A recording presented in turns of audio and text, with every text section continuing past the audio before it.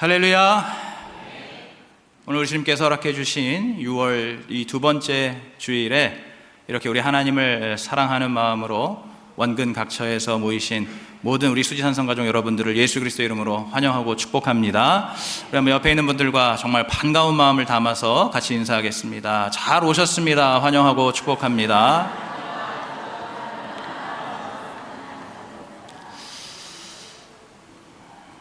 자, 오늘 설교 제목은 살리는 인생입니다. 우리 같이 한번 따라하겠습니다. 살리는 인생.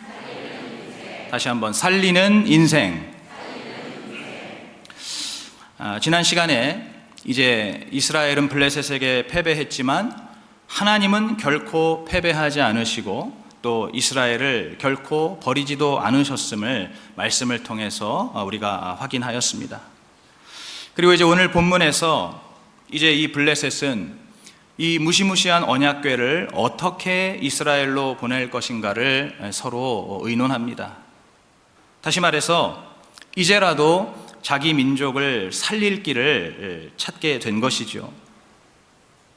오늘 우리도 삶을 살면서 항상 이렇게 살릴 길을 찾는 인생, 즉 오늘 설교 제목처럼 살리는 인생이 되어야 합니다. 고린도전서 15장 45절에 보시면 첫사람 아담은 생명을 받아 사는 영이고 마지막 아담인 예수 그리스도는 생명을 주고 살리는 영이라고 말씀하십니다. 오늘 예수 그리스도를 믿는 우리가 나 살기만 바쁘거나 심지어는 나 때문에 다 같이 힘들어 죽고 괴로워 죽는 그러한 인생이 되면 안 될 것입니다. 오늘 우리는 살리는 영이신 예수 그리스도를 닮아서 나 때문에 모두가 함께 사는, 모두를 살리는 인생이 되어야 할 줄로 믿습니다. 이제 오늘 말씀을 통해서 어떻게 하면 우리가 그렇게 살리는 인생이 될 수 있을지 함께 알아보겠습니다. 첫째로, 우리는 고집을 내려놓을 때 살릴 수가 있습니다. 오늘 본문을 보면은 이 블레셋 사람들이 그 엄청난 재앙 속에서도 이 언약궤를 계속 가지고 있으려고 고집을 부렸다는 것을 알 수가 있습니다. 먼저 오늘 본문 앞에 나오는 3절과 4절에 보시면 이제 블레셋의 제사장들과 점쟁이들이 이 이스라엘의 속건제 개념을 따라서 일종의 배상금의 의미로 금으로 만든 독종과 또 금으로 만든 쥐를 5개씩 만들어서 보내자고 그렇게 제안을 합니다. 아마도 하나님께서 쥐를 통해서 그 독한 종기를 퍼뜨리셔서 이 두 가지를 이렇게 말하고 있는 것 같습니다. 그리고 이제 오늘 우리가 읽은 5절에 그것으로 이스라엘 신에게 경의를 표하면 우리를 치던 그 손을 거둘지도 모른다라고 그렇게 말을 합니다. 그리고 이제 또 다른 한 가지는 7절부터 9절 말씀처럼 한 번도 멍에를 매본 적이 없고 또 새끼를 낳은 지 얼마 안 된 어미소 2마리에게 그 하나님의 언약궤와 또 금 속건 제물을 실은 새 수레를 끌고 유다 접경 지역인 이 베세메스로 그 소들을 보내자라고 이렇게 제안을 합니다. 보통 이런 상황에서는 이 어미소들이 새끼들을 두고 다른 데 가지를 않기 때문에 아직도 그 언약궤에 대한 의심을 완전히 거두지는 않았던, 그래서 일종의 테스트의 성격을 가지고 있는 제안이었습니다. 그런데 이제 오늘 6절에 보시면 그 블레셋 제사장들과 점쟁이들이 계속해서 하는 말이 있습니다. 우리 6절 다시 한번 우리 같이 한번 합독하겠습니다. 시작. 애굽인과 바로가 그 마음을 강팍해 한 것 같이 어찌하여 너희가 너희 마음을 강팍해 하겠느냐. 그가 그들 중에서 기이하게 행한 후에 그들이 백성을 가게 함으로 백성이 떠나지 아니하였느냐. 아멘. 그러니까 오래전에 저 애굽이라는 나라의 그 바로가 그 마음을 강팍하게 해서 결국에 하나님으로부터 10가지 재앙을 다 받고 나서야 이스라엘 백성들을 보냈던 적이 있는데 어째서 지금 너희들이 그렇게 똑같이 마음을 강팍하게 하고 있냐라는 것입니다. 이 강팍하게 한다라는 말은 다른 말로 하면 완악하다이고, 이 완악하다라는 말을 다른 말로 하면 바로 고집을 부리다라고 할 수가 있는 거예요. 너희가 지금 어찌해서 이렇게 고집을 부리고 있느냐라는 말입니다. 오늘 이 사무엘상 6장의 1절에 보시면 여호와의 궤가 블레셋 사람의 지방에 있은 지 7달이 되었다라고 말씀합니다. 즉 지난주에 이 언약궤 때문에 다곤 신상이 다 무너져 내리고 또 그 블레셋 온 지역에 독한 종기가 막 창궐을 했는데도 생각보다 꽤 긴 기간 동안 이 언약궤를 내보내지 않았다는 것을 알 수가 있는 겁니다. 다시 말해서 이 블레셋에서는 어떻게든지 이 언약궤를 조금이라도 더 좀 가지고 있으려고 고집을 부렸던 것이고, 그 고집 때문에 백성들이 7개월 동안 그야말로 죽을 고생을 했던 것입니다. 그러면서 아마 오늘 이 금독종과 금쥐를 만들어 보내는 것에 대해서도 반대가 있었던 것으로 보입니다. 3절부터 5절까지 이 금독종과 금쥐를 만들어서 보내자는 그 내용 바로 뒤에 6절, 우리가 읽은 6절, 너희가 왜 마음을 강팍하게 하느냐라는 그 말이 이어지는 이 순서를 볼 때에 정황상 이들이 그 금독종과 금쥐를 보내는 것도 반대하면서 고집을 부렸구나라는 것이 충분히 유추가 가능합니다. 물론 우리가 이해는 할 수가 있습니다. 일단 그 귀한 금을 그렇게 보내는 것 자체가 그것이 사람 생각에 그것이 아까울 수가 있는 것이고, 또 더구나 어느 누가 자기 몸에서 막 골마 터져서 고름이 나오는 그러한 그 종기, 그 환부, 그것을 금으로 만들어 보내고 싶은 사람이, 그것을 금으로 만들어서 보이고 싶은 사람이 어디 있겠습니까? 너무나 부끄러운 일이잖아요. 너무나 수치스러운 일 아닙니까? 그런 면에서 7절부터 9절의 그 아까 말씀드린 그 테스트에도 여차하면은 이 언약궤와 금으로 만든 제물들을 다시 돌려받고자 한 그러한 그들의 그 고집스러운 태도가 반영이 되었다라고 볼 수가 있습니다. 그러나 만약에 정말로 그렇게 고집을 계속 부려서 그 언약궤를 계속 블레셋 가운데에 붙들고 있었다면 어떻게 됐겠습니까? 블레셋은 완전히 괴멸되고 마는 것이죠. 결과적인 이야기지만 그들의 고집을 내려놓고 그들의 고집을 꺾고 그 언약궤를 내보냈기 때문에 그나마 자기 민족을 살릴 수가 있었던 것입니다.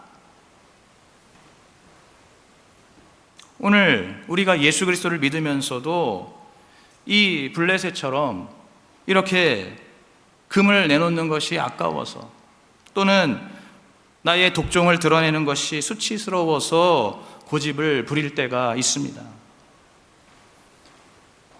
교회에서 헌금에 대한 이야기만 나오면 불편해하는 분들이 가끔 있습니다. 특히 11조에 대해서 강한 거부감을 가지고 계시는 분들도 있습니다. 얘기를 들어보면은 다들 나름대로 그 자신의 그 물질관이 확고합니다. 그러나 그 문제의 본질은 무엇입니까? 바로 오늘 계속 말씀드리는 것처럼 고집을 부리고 있다는 것입니다. 또는 교회에서나 또 목장에서 자신의 죄와 수치를 함께 나누자고 해도 절대로 하지 않는 분들이 가끔 있습니다. 물론 내가 아직 용기가 없어서 그렇게 함께 나누지 못하고 드러내지 못하는 그것은 정말 충분히 이해를 합니다. 그런데 아예 그냥 처음부터 마음을 딱 닫고 아주 그냥 완강하게 거부하는 그러한 경우도 있다는 것이죠. 그 외에도 교회에서 예배나 말씀이나 또는 기도나 또 헌신을 하는 그 상황 속에서도 자기 생각대로 고집을 부리는 그러한 일들이 은근히 얼마나 많은지 모릅니다. 물론 이 세상에서는 그러한 고집을 그렇게 심각하게 생각한다거나 또는 그것을 그렇게 부정적으로 여기지는 않습니다. 왜냐하면 이 고집이라는 단어를 다른 단어들로 포장하고 있기 때문입니다. 어떤 단어들이 있을까요? 신념이라든지 또는 의지라든지 또는 근성이라든지 또 어떤 경우에는 자신의 가치관 혹은 인생관 또는 나만의 어떤 인생 철학 이러한 단어들로 이렇게 표현이 되고 있죠. 그러다 보니까 그러한 것들이 오히려 이 세상에서는 정말로 성공적인 그러한 인생을 살기 위한 긍정적이고 또 심지어는 아주 필수적인 가치로 여겨지기도 합니다. 그래서 이 자수성가한 분들을 보면은 실제로 정말로 그분들을 딱 볼 때 확고한 신념 또는 불굴의 의지 이러한 말들로 그분들의 그 인생이 이렇게 표현이 되지 않습니까? 그런데 신기하게도 그렇게 자수성가한 분들이 예수 그리스도를 믿기가 정말로 힘듭니다. 교회에서도 보면 경험상 그렇게 자수성가한 분들이 예수 믿는 그러한 경우를 거의 보기가 어렵습니다. 왜 그렇습니까? 바로 예수 믿고 말씀대로 사는 데 있어서는 고집이 아니라 또는 신념이나 의지가 아니라 바로 순종이 필요하기 때문입니다. 오늘 시간에 우리 사무엘상 15장 말씀 22절부터 23절 말씀인데 우리 화면 보면서 같이 한번 읽겠습니다. 시작. 순종이 제사보다 낫고 듣는 것이 수양의 기름보다 나으니 이는 거역하는 것은 사술의 죄와 같고 완고한 것은 사신우상에게 절하는 죄와 같음이라. 아멘. 순종이 제사보다 낫고 듣는 것이 수양의 기름보다 낫다는 거예요. 거역하고 완고한 것은 그것은 우상 숭배하는 것이고 또 점을 치는 그러한 죄와 같은 죄라고 말씀하십니다.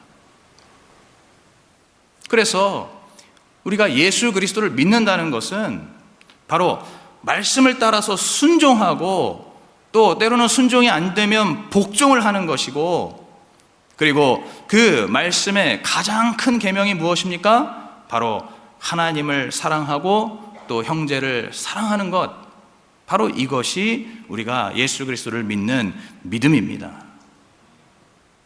그렇게 하기 위해서는 우리는 바로 끊임없이 자기 자신의 고집을 꺾어야 한다는 거예요. 그렇지 않으면은 우리가 그 고집을 가지고는 절대로 하나님을 온전히 믿을 수도 없고 그리고 주변 사람들도 바로 나 때문에 계속해서 힘들어지는 것입니다. 자동차 정비를 한 30년 이상 해온 어떤 아버지가 있었습니다.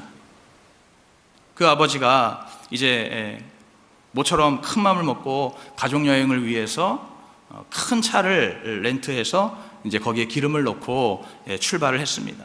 그런데 차가 좀 이상합니다. 그래서 같이 탄 가족들이 이거 아무래도 이상하다. 차를 좀 세우는 게 좋겠다. 이렇게 얘기를 하는데도 그 아버지는 절대로 그 말을 듣지 않습니다. 그냥 막무가내로 고집을 부리면서 계속 운전을 해서 가는 거예요.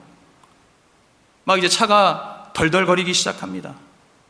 가족들이 걱정이 돼서 중간에 좀 차를 세워서 어디 저기 중간에 카센터라도 좀 가보자고 막 그렇게 아무리 말을 하는데도 이 아버지가 전혀 듣지를 않고 계속해서 운전대를 붙잡고 가다가 결국에 차가 퍼졌습니다. 알고 보니까 휘발유차에다가 경유를 넣은 거예요. 왜 이런 일이 생깁니까? 그 아버지는 자기가 이 자동차에 대해서는 30년 이상 차를 잘 알고 있는 베테랑 아닙니까? 그러다 보니까 그 나보다 차를 더 잘 알고 있는 사람은 없다라는 그러한 그 신념, 그러한 그 의지가, 그것이 고집이 되어서 자기 자신만 믿고 계속해서 남의 말을, 가족들의 말을 전혀 듣지를 않은 거예요. 계속해서 그렇게 고집을 부리다가 결국에 그 차를 그냥 그렇게 해먹은 것입니다. 그나마 큰 사고로 이어지지 않은 것이 다행이라고 할 수가 있죠. 바로 이것처럼 자기의 고집을 꺾는다는 것은 내가 옳다고 여기고 또는 내가 그동안 잘해왔고 편하고 그리고 익숙하던 그 모든 것을 내려놓는다는 것을 의미합니다. 그래서 우리가 특별히 이제 큐티를 하고 또 그 큐티를 가지고 적용을 할 때도 어떻게 합니까? 그 적용을 할 때 내가 늘 해오던 것 또는 내가 하기 쉬운 것 또는 내 기질이나 내 성향에 맞는 것들을 적용으로 하는 것이 아니라 그날 주신 그 말씀 안에서 내가 해보지 않았던 것들, 나에게 있어서 제일 낯설고 제일 어색하고 또 내 기질이나 내 성향과 반대되는 것들을, 그러한 것들을 순종하면서 하는 것이, 그것이 이 큐티의 적용이거든요. 예를 들어서 나는 원래 밖으로 막 돌아다니는 것을 좋아하는 그러한 사람인데, 그런데 그날 주신 말씀을 따라서 이제 내가 차분하게 그 말씀을 더 묵상하고 기도하기 위해서 내가 집에 얌전히 있겠다라고 하는 그런 적용을 한다든지, 또는 원래 나라는 사람은 집에 그냥 가만히 혼자 있는 것을 좋아하는데, 그런데 말씀을 묵상하고 나서 내가 이렇게 혼자 있을 것이 아니라 정말로 나의 도움이 필요하고 영혼 구원이 필요한 그러한 사람들을 향해서 내가 찾아가야겠다, 또는 그러한 사람들을 나의 집으로 초대해야겠다라고 하는 그러한 적용, 바로 이것이 진정한 적용이라고 할 수가 있는 것이죠. 오늘 우리가 그렇게 내 고집을 내려놓고 하나님 말씀에 나를 맞추고, 그리고 내 배우자 또는 부모님 또는 자녀들에게 나를 맞춰 나갈 때에 결국 그 순종의 믿음이 나도 살고 남도 살리는 그러한 능력을 발휘한다는 것을 믿으시기 바랍니다. 질문을 드립니다. 구원을 위해서 내가 내려놓아야 할 나의 고집은 무엇입니까? 그리고 어떠한 적용으로 그 고집을 내려놓으시겠습니까? 자신과 반대되는 적용을 한다고 말씀드렸습니다. 이렇게 우리는 고집을 내려놓아야 다른 이들을 살릴 수가 있고, 그리고 둘째로 이제 어미소들처럼 사명을 감당할 때 살릴 수가 있습니다. 오늘 본문에 보면 이제 이 어미소 2마리가 나오지 않습니까? 아까도 제가 말씀을 드렸지만은 지금 이 블레셋 사람들은 그렇게 고생을 하고도 아직도 이 모든 재앙이 우연이 아니었을까, 또는 내심 우연이었기를 바라면서 그렇게 그들의 그 의심과 욕심을 완전히 거두지는 않았습니다. 그래서 상식적으로는 도저히 그 벳세메스로 갈 수가 없는 이 어미소 2마리에 이제 언약궤를 실은 그 새 수레를 지게 하고 그 소들이 어떻게 하는지를 이제 숨을 죽이고 지켜보고 있는 겁니다. 지금 이 소들은 한 번도 멍에를 메어본 적이 없다고 말씀드렸죠. 한 번도 일을 해본 적이 없는 소입니다. 뭐 수레를 끌거나 밭을 갈거나 이런 일을 해본 적이 없는 소라는 거예요. 그렇기 때문에 이 소들이 스스로, 사람도 없이 스스로 수레를 끌고, 그리고 중간에 샛길로 빠지지 않고 약 13km나 떨어져 있는 그 벳세메스를 향해서 계속해서 곧바로 나아간다는 것, 이것은 사실상 불가능에 가까운 일이죠. 또 지금 이 순간에도 그 새끼 송아지들이 집에 갇혀 있고 이 어미소들은 그 새끼들에게 먹일 젖이 나오고 있는 상황입니다. 본능적인 그 모성애 때문에라도 지금 이 새끼를 두고 다른 곳으로 가는 것은 이것도 사실상 불가능하다고 봐야 하는 것입니다. 그런데 오늘 12절 말씀에 어떠한 일이 일어납니까? 우리 12절 같이 한번 읽겠습니다. 시작. 암소가 벳세메스 길로 바로 행하여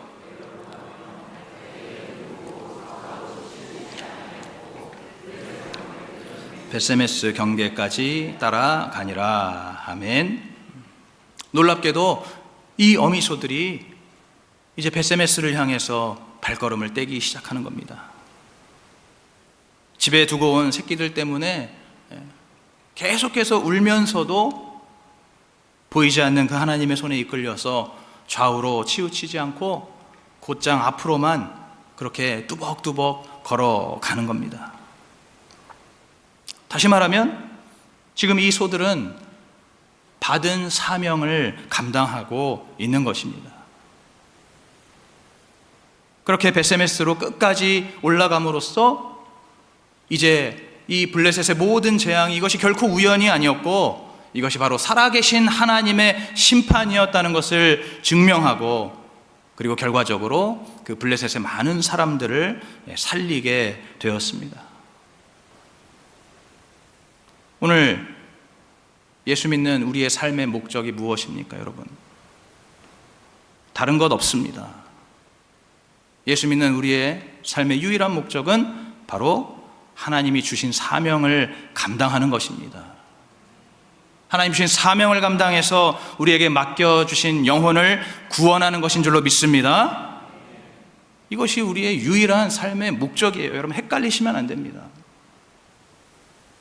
헷갈리면은 방황하는 거예요. 헷갈리면은 인생을 허비하는 겁니다.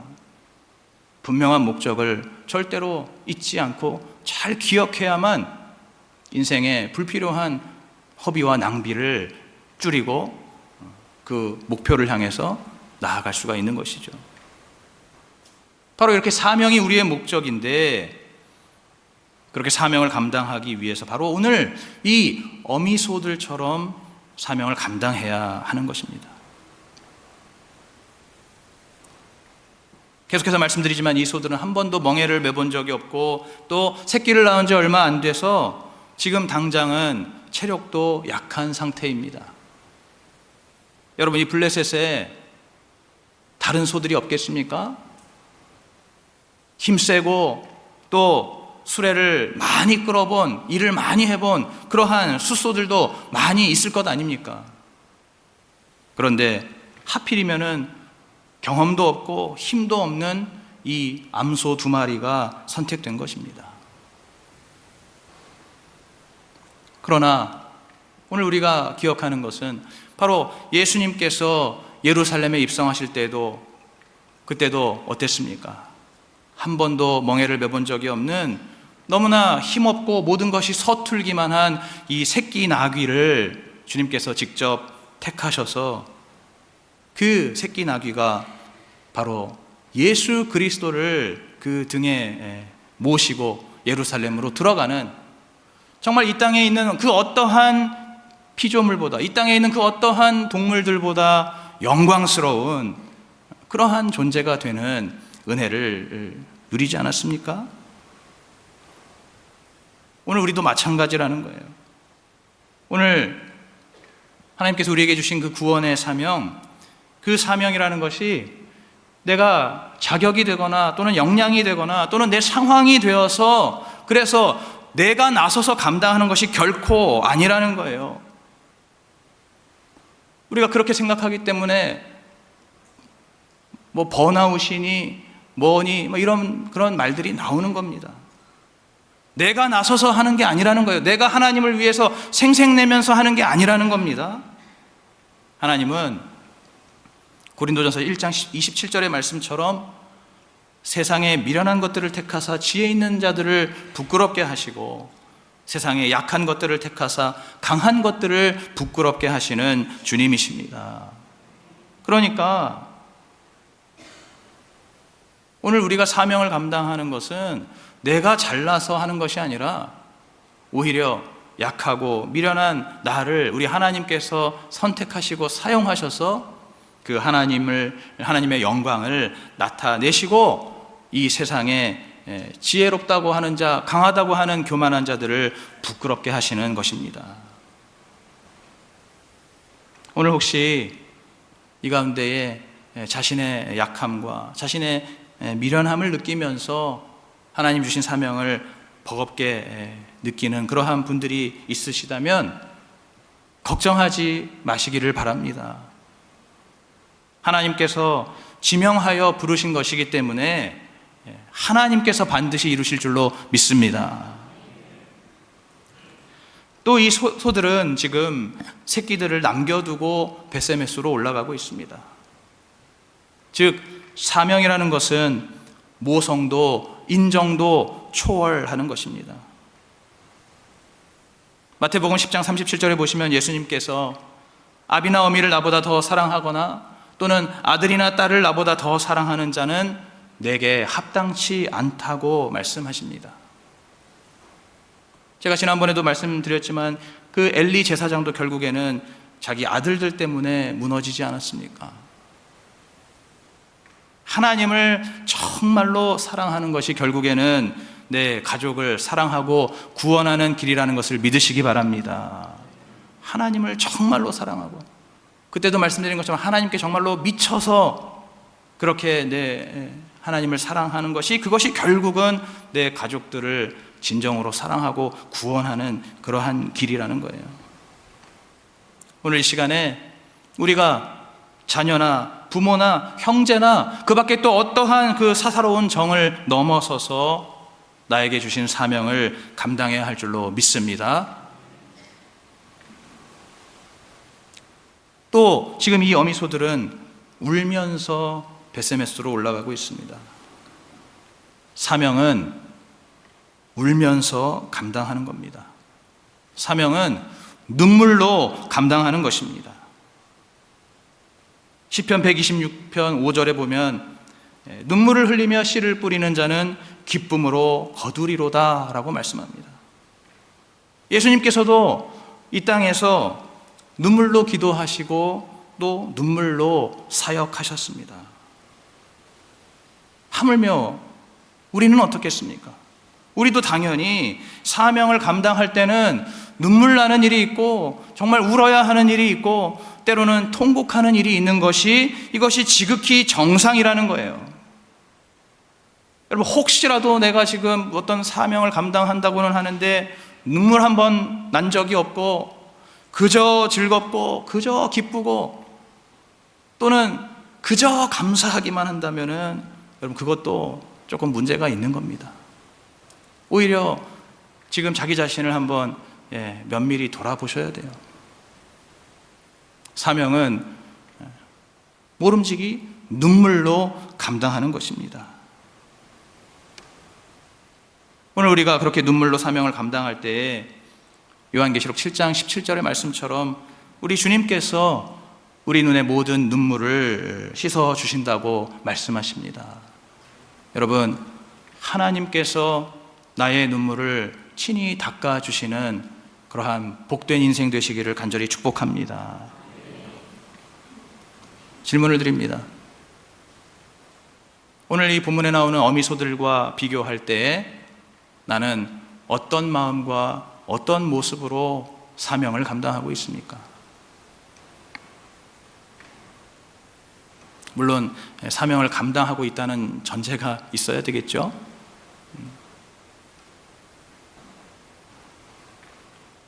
오늘 저와 여러분들이 정말로 이렇게 이 끝까지 벳세메스로 올라가는 사명을 잘 감당하여서 오늘 우리의 삶을 통해 하나님의 영광이 나타나고 영혼을 살리는 생명의 역사가 풍성하게 이루어지기를 간절히 소망합니다.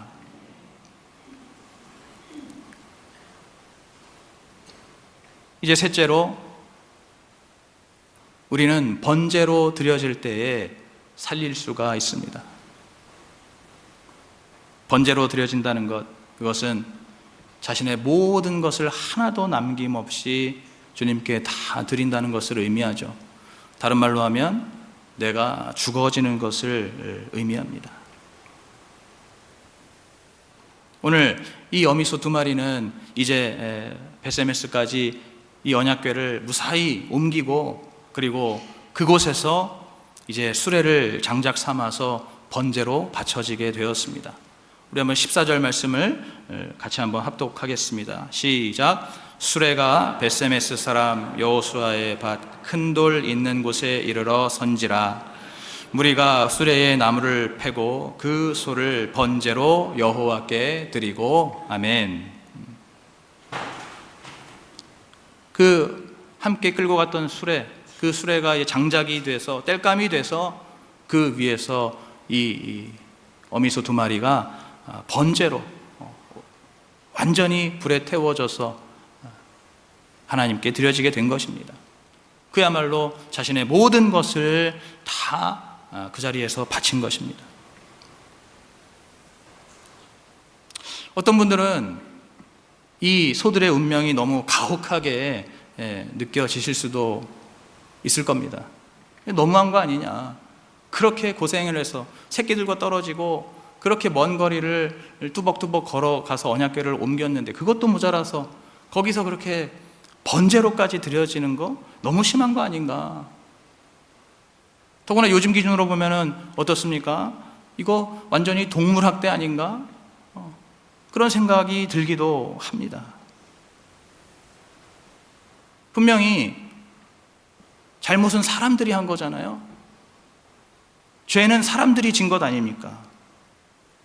사람들끼리 잘못한 일에, 그 사람들끼리 잘못한 일 때문에 지금 이 어미소들이 그 새끼들과 떨어진 것도 너무 불쌍한데 이렇게 죄 없는 동물들이 희생을 당해야 하나, 이런 생각이 자연스럽게 들게 되는 것이죠.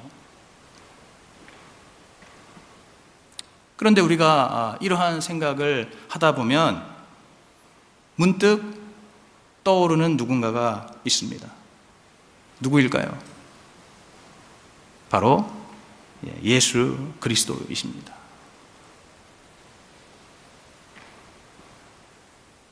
뒤에서 울고 있는 새끼들을 두고 그 언약궤를 끝까지 끌고 간 이 어미소들은 바로 하나님 아버지의 뜻에 순종해서 십자가를 지고 가신 이 예수님, 예수 그리스도를 상징하고 이 예수 그리스도를 예표하고 있는 겁니다. 예수님께서 그 십자가를 몸소 짊어지고 가셨을 뿐만 아니라 이제 자신이 짊어지고 가신 그 십자가 위에서 바로 자기 자신을 희생 제물로 바치셔서 이제 오고 가는 모든 인류를 영원히 살게 하는 구원이라는 것을 선물로 주셨습니다. 아멘이십니까? 한번 우리가 생각해 보기를 원합니다. 지금 우리가 이 말씀을 들으면서 이 어미소들을 좀 불쌍히 여기고 생각하는 만큼이라도 우리가 평소에 예수님을 생각하고 있습니까? 설교 시간에도 보통 제일 아멘이 안 나오는 게 바로 이 복음을 전할 때, 십자가의 복음을 전할 때, 방금도 그랬잖아요. 예수님이 십자가를 직접 짊어지고 가셨을 뿐만 아니라 그 십자가 위에 누우셔서 손과 발에 못이 박히시고 그 십자가가 세워져서 거기에서 예수님이 온 인류를 위한 희생 제물이 되셨다는 이러한 말씀을 전할 때는 너무나 힘들어한 거예요. 아무리 설교해도 그렇습니다. 이것은 우리가 평소에 이러한 예수님의 희생을 과연 얼마만큼 생각하고 있나, 얼마만큼 묵상하고 있나, 얼마만큼 기억하고 있나라는 겁니다. 오늘 이 한낱 미물에 불과한 이 어미소들의 희생이 마음에 쓰였다면은 천지 만물의 주인이신 예수님의 이 십자가 희생에는 훨씬 더 우리의 마음이 절실하게 움직여야 할 줄로 믿습니다. 이 말씀, 이 복음은 들을 때마다 우리의 마음이 움직여야 하는 것입니다. 지금 이 소들이 이렇게 번제로 드려진 것도 이것이 결국 인간을 살리는 숭고한 희생이었는데, 그렇다면 우리 하나님의 아들이신 예수 그리스도의 십자가 죽음은 그 어떠한 희생도 감히 비교할 수 없는 세상에서 가장 숭고한 희생이라는 것을 우리가 알고 그의 합당한 사랑과 감사와 영광을 우리의 평생에 영원토록 돌려야 할 줄로 믿습니다. 그리고 이제 오늘 그 예수를 믿고 그 주님을 닮아가는 삶을 살아야 할 우리가 해야 할 일은 바로 그 예수님처럼 내 모든 삶을 번제로 아낌없이 드리는 것입니다.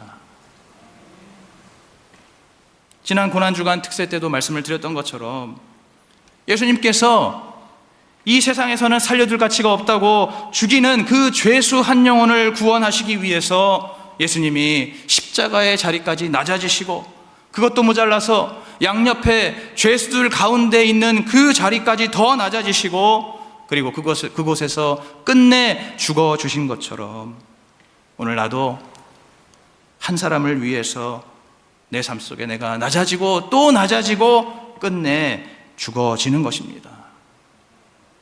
우리가 이렇게 하늘의 미랄로 죽어질 때에 부활의 첫 열매 되신 예수 그리스도를 따라서 나도 살고 수많은 영혼들도 함께 살리는 인생이 되는 줄로 믿습니다.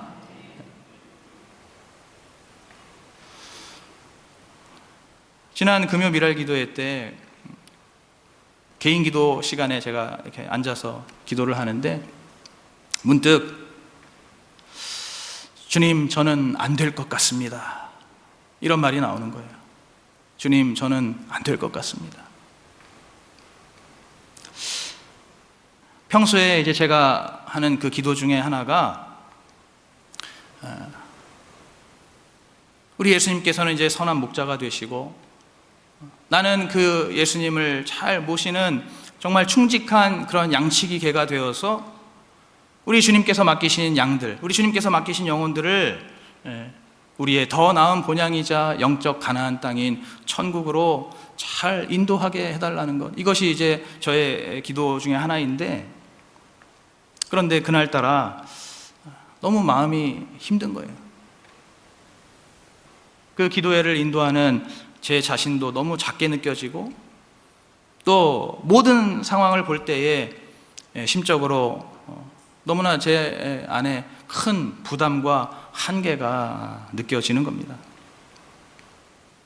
그래서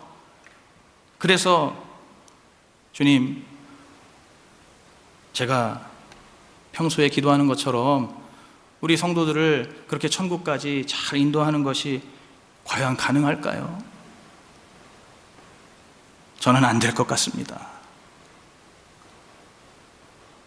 그 말이 툭 나오는 거죠. 그런데 그 말이 이렇게 나오자마자 그 뒤에 제가 곧바로 또 이렇게 덧붙여서 주님께 고백을 하게 되더라고요. 그러니까 그게 아마 제 의지나 제 마음은 아니고 하나님께서 주시는, 그러한 성령님께서 주시는 마음이었다고 생각이 됩니다.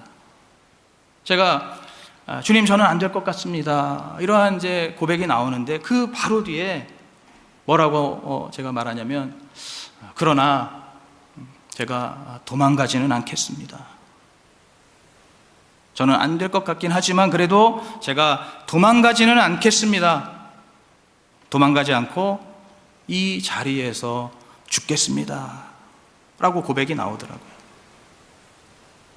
이 자리, 어렵고 힘든 자리, 부끄러운 자리, 이 자리에서 죽겠습니다. 주님의 뜻이라면은 정말로 주님께서 세우신 이 자리에서 내가 죽을지언정 도망가지는 않겠다라고 하는 그러한 고백을 하나님께 드리게 되었습니다. 오늘 우리 모두가 이렇게 전부 각자의 사명의 자리가 있습니다. 교회에서 주신 그러한 직분의 사명뿐만 아니라 우리의 가정에서, 또는 우리의 일터에서, 또는 그 밖에 우리의 모든 삶의 현장에서 하나님께서 나에게 맡겨주신 한 사람 한 영혼이 있고 또 그 사람을 구원하기 위한 사명이 나에게 있습니다. 때로는 그 자리가 너무너무 힘들고 또 눈물이 날 때가 있습니다. 한숨이 날 때가 있습니다. 정말로 더 이상은 못할 것 같은 그러한 마음이 들 때가 있습니다. 그러나 그럴 때라도 못 살겠다고 도망가는 것이 아니라 바로 그 자리에서 구원을 위해서 아낌없이 드려지는 번제가 되겠다고 그렇게 고백할 수 있는 저와 여러분이 되기를 간절히 축복합니다. 질문을 드립니다. 여러분은 살면서 예수님의 십자가의 희생이 가장 절실하게 와닿았던 순간은 언제입니까? 그러한 순간이 있기는 있으시겠죠? 그 예수님의 십자가, 그 희생, 그 죽으심, 그 은혜가 가장 깊이 와닿았던 그러한 순간이 언제인가? 그리고 오늘 내 자신이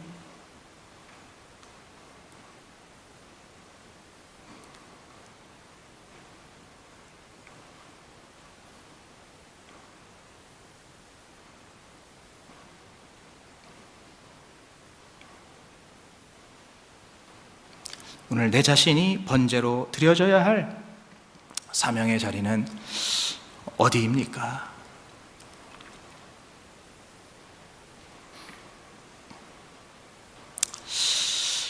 이제 말씀을 맺겠습니다. 사실 오늘 말씀은 우리 모두가 참 어찌 보면 부끄러움을 느껴야 할 말씀입니다. 왜냐하면 그야말로 하찮은 미물인 이 소들보다도 못한 내 자신을 발견할 수가 있기 때문입니다. 이제 오늘 주신 이 말씀을 따라서 우리가 적어도 정말 이 어미소들만큼만이라도 내 생각과 내 고집을 온전히 내려놓고 우리 주님의 손에 붙들려서 온전히 순종하고 사명을 감당하고 또 아낌없이 내 삶을 번제로 드림으로써 나의 작은 삶이, 나의 이름 없는 삶이 수많은 사람들을 함께 살리는 가장 복된 삶이 되어지기를 예수 그리스도 이름으로 축복합니다.